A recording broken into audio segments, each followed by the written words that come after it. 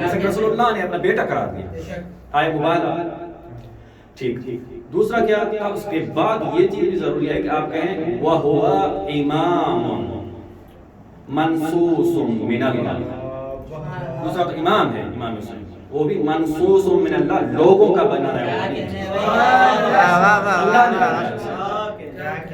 اس کے بعد تیسرا وَهُوَ الْمَعْصُومُ، خطا، ہر قسم کی خطا، گناہ، ہر قسم سے پاک و پاکیزہ. چوتھی چیز کیا ہے جس کے بعد آپ ادنا، یہ ادنا درجہ ہے معرفت. چوتھی چیز جس کے بعد آپ کہیں گے کہ اب اس قابل ہو گیا کہ میں بھی کہہ سکتا ہوں کہ حسین ابن علی کی میرے پاس معرفت ہے، وہ یہ ہے کہ وَهُوَ مُفْتَرَضُ الطَّاعَةِ، کہ اس کی اطاعت واجب ہے، کہ اللہ کا نمائندہ ہے.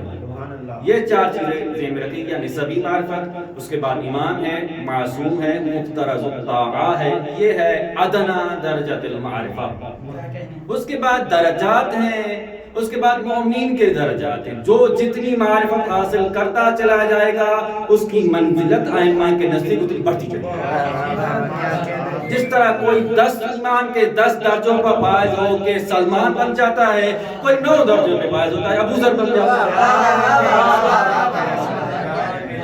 اسی لیے کہا گیا اب یہ نہ کہو، یہ ہمارے پاس بہت لڑائی ہوتی ہے کہ ایک دوسرے کو کہہ رہا ہے غازی اور دوسرا اس کو کہہ رہا ہے مقصر. یہ بڑا مسئلہ ہے. کیوں؟ یہ ہے مسئلہ اصل میں ایمان کا ہے. جو ایمان کے بلند درجے پر فائز ہے اور دوسرا تھوڑا سا اس کے کم درجے پر فائز ہے، کم درجے والا جو بلند درجے والے کو دیکھتا ہے کہے تو غالی ہے، اور بلند درجے والا جو ایمان میں وہ کم درجے والے کو دیکھے کہے تو مقصر ہے. اصل میں نہ کوئی غالی ہے نہ کوئی مقصر ہے، ایسے نہیں ہے. یہ درجات ہیں. اب آپ روایت میں یہ چیزیں موجود ہیں. کہا گیا کہ جو ایمان کے بلند درجے کا فائز ہے اس کے کہا گیا کہ بجائے اس کے کہ تم اس کو مقصر کہو، تم اس کا ہاتھ کھینچ کے اوپر لاؤ درجے پر. تم اس کو کہو بھائی تیری معرفت کم ہے، میں غالی نہیں ہوں. اور جو وہ کہہ رہا ہے مقصر، جو خود ایک اوپر والے درجے پہ، اس کو یہ نہ کہے کہ مقصر، اس کو یہ دیکھنا چاہیے کہ اس کی ظرفیت اتنی ہے بیچارے زیادہ اس کو یعنی وہ برداشت نہیں کر پا رہا. ٹھیک ہے، تعجب ہو رہا ہے فضائل سن کے، اہل بیت کے فضائل اور مناقب سن کے تھوڑا سا وہ برداشت نہیں کر پا رہا. اس لیے کہا لو علم ابو ذر ما فی قلب سلمان لقتل. ابو ذر کو پتہ چل جائے کہ سلمان کے قلب میں کیا ایمان، عقیدہ اہل بیت کے بارے میں ہے، اسے قتل کر دے. ابو ذر برداشت نہیں کر سکے گا جو سلمان کے قلب میں چیز ہے، ابو ذر نہیں برداشت کر سکا. اس لیے دوسرے میں یہ آیا کہ یا تو یہ کہ برداشت نہیں کر سکے گا لقتل ہو، بعد میں یہ کہے گا رحم اللہ قاتل سلمان، جس نے قتل کیا سلمان کو اللہ اس پہ رحم کرے، جان چھڑا لی. یہ تو اس طرح. ٹھیک ہے. اب اس کی ایک اور بھی وضاحت کی گئی، کہا کہ یا تو یہ ہے لو علم ابو ذر ما فی قلب سلمان لقتلہ کی ضمیر جا رہی ہے کس کی طرف؟ کہ ابو ذر کی طرف، کہ ابو ذر کو پتہ چل جائے کہ قلب سلمان میں کیا ہے، کہ سلمان کو قتل کر دے. دوسرا کہا نہیں، یہ لقتلہ کی ضمیر اسی ما کی طرف جا رہی ہے، ما فی قلب سلمان. کہا کہ یہ ما یعنی وہ معرفت، وہ ایمان کا درجہ جو ابو ذر کے پاس نہیں ہے. اگر وہ ابو ذر کے پاس آ جائے تو ابو ذر میں اتنی برداشت نہیں ہے، بلکہ آ بھی گیا تو اسے قتل کرنا ہے، ظرفیت نہیں ہے. اس لیے یہ جھگڑا اب تمام ہو جانا چاہیے، غالی اور مقصر. اب یہ بات آ گئی ہے غالی اور مقصر کی، تو تھوڑا سا اس کے بارے میں وضاحت کرتا جاؤں گا. ایک دفعہ صلوات پڑھی محمد اللہم صلی علی محمد غالی اور مقصر اس وقت کہا جاتا ہے، کہتے ہیں کہ غالی وہ ہے جو حد سے بڑھا دے اور مقصر وہ ہے جو حد سے گھٹا دے. تو اس کا مطلب ہے کہ حد ہے، لیمٹ ہے، کیونکہ انلمیٹڈ محدود لامحدود وقت خدا کی ذات ہے. اس کا مطلب ہے کہ جو بھی مخلوق ہے، اگر ہم دیکھیں گے اپنی بنسبت آئمہ سے چیزیں ہو سکتا ہے کہ ہم یہ سوچیں کہ لامحدود ہے، لیکن جب خدا کی بنسبت دیکھیں ان کے علم کو، جس چیز کو بھی دیکھیں کہ اللہ کی طرف سے عطا شدہ ہے، تو پتہ چل جائے گا کہیں کہیں جا کر کوئی بھی حد ہو لیکن حد ہے نہیں. تو یہ حضور کہیں اب حد سے بڑھانا، حد سے گھٹانا، حد سے بڑھانا غلو، حد سے گھٹانا تقسیم مقصر ہے، تو حد ہے کیا؟ یہ معین ہونا چاہیے نا کہ حد ہے کیا، کہ جس کے بعد کہا جائے کہ اب یہ ریڈ لائن ہے، اس سے کراس کیا تو اب گالی بن جائے گا، اس طرف بھی اب یہ ریڈ لائن ہے، اس سے گھٹا دیا تو مقصر بن جائے گا۔ تو سب سے پہلے آتے ہیں غلو کی حد کیا ہے۔ آسان لفظ میں یہ ہے کہ جو چیز بھی خدا کے لیے مخصوص ہے وہ چیز آئمہ کی طرف نسبت دیں تو انسان غالی بن جاتا ہے۔ فرض کریں تو یعنی ایسے کہیں کہ معبود اللہ کی ذات ہے، خدا مطلق اللہ کی ذات ہے، الوہیت اللہ کے پاس ہے۔ اب الوہیت کا کوئی آئمہ کے لیے قائل ہو جائے تو اسے کہا جاتا ہے یہ غالی، کیونکہ یہ ریڈ لائن ہے، اس سے کراس نہیں کرنا ہے۔ کہ ایک آئمہ کو کہے کہ یہ آئمہ کیا ہے؟ اللہ، یا آئمہ کے بارے میں کوئی کہے کہ یہ معبود ہے، یا آئمہ کے بارے میں کوئی کہے کہ اللہ ان میں حلول کر گیا ہے، حلول کا قاعدہ ہے۔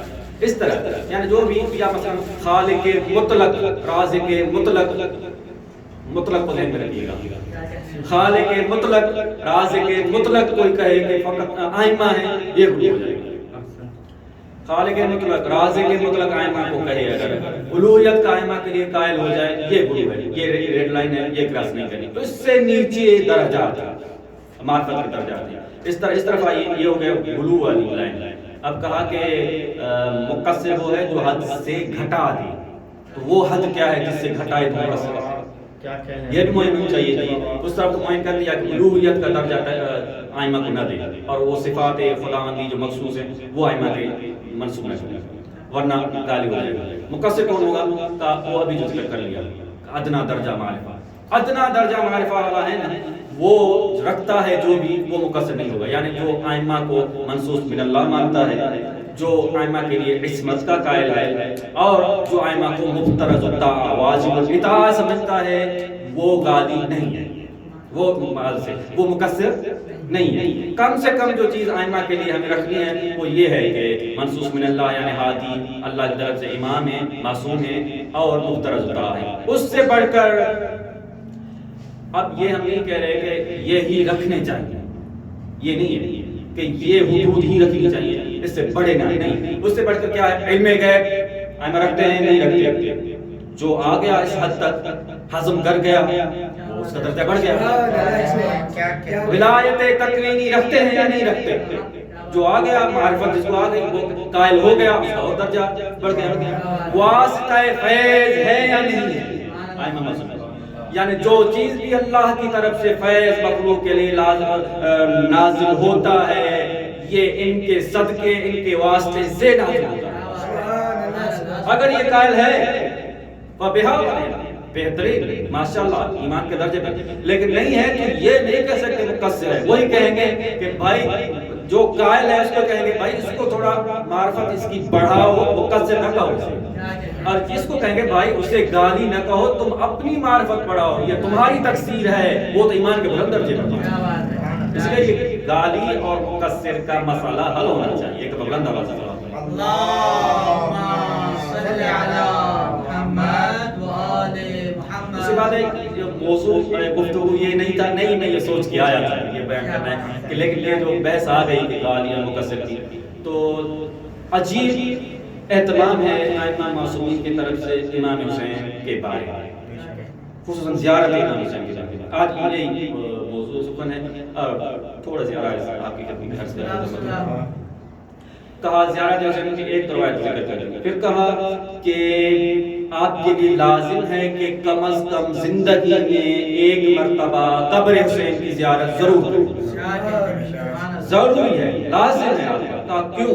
کہا کہ اس لیے کہ جو شخص بھی اس دنیا سے چلا گیا اور زندگی بھر ایک مرتبہ بھی قبر حسین کی زیارت نہ کر سکا، اگر وہ اس حالت میں مر گیا کان ناقص الدین والایمان، اس کا دین بھی ناقص ہے، اس کا ایمان بھی ناقص ہے۔ ایمان کا کمال تب حاصل ہوگا جب قبر حسین کی زیارت، ایمان اور اسی طرح یعنی دین بھی تمام تب ہوگا، کمال تک تب پہنچے گا اسے جب قبر حسین کا اس کے سوا یہ فضائل ہے نہ فقط قبر حسین کی زیارت حسین کے فضائل ہیں، بلکہ جو مٹی حسین سے منسوب ہو گئی وہ بھی بلند درجہ پہ فائز ہو گئی۔ کیا کہنے ہیں؟ کہا کہ آپ کے ہاتھ میں اگر تسبیح تربت حسین ہے، کیا کہنے ہیں؟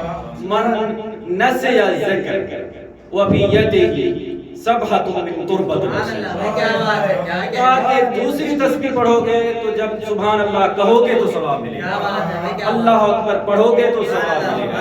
لیکن یہ ایک عجیب یعنی اللہ نے رکھی ہے برکت کہ من نسی وفی یدہ سبحۃ من تربت حسین، جو تسبیح نہیں کر رہا بھول گیا کہ تسبیح بھی کرنی ہے لیکن فقط ہاتھ میں ہے خاک شفا کی تسبیح تو کتب لہ من اجر، اس کے لیے اجر ہے۔ کیا بات ہے، کیا بات ہے۔ بر محمد آل محمد صلوات اللہم صلی علی محمد وآل محمد۔ اچھا یہ تو تسبیح ہو گئی۔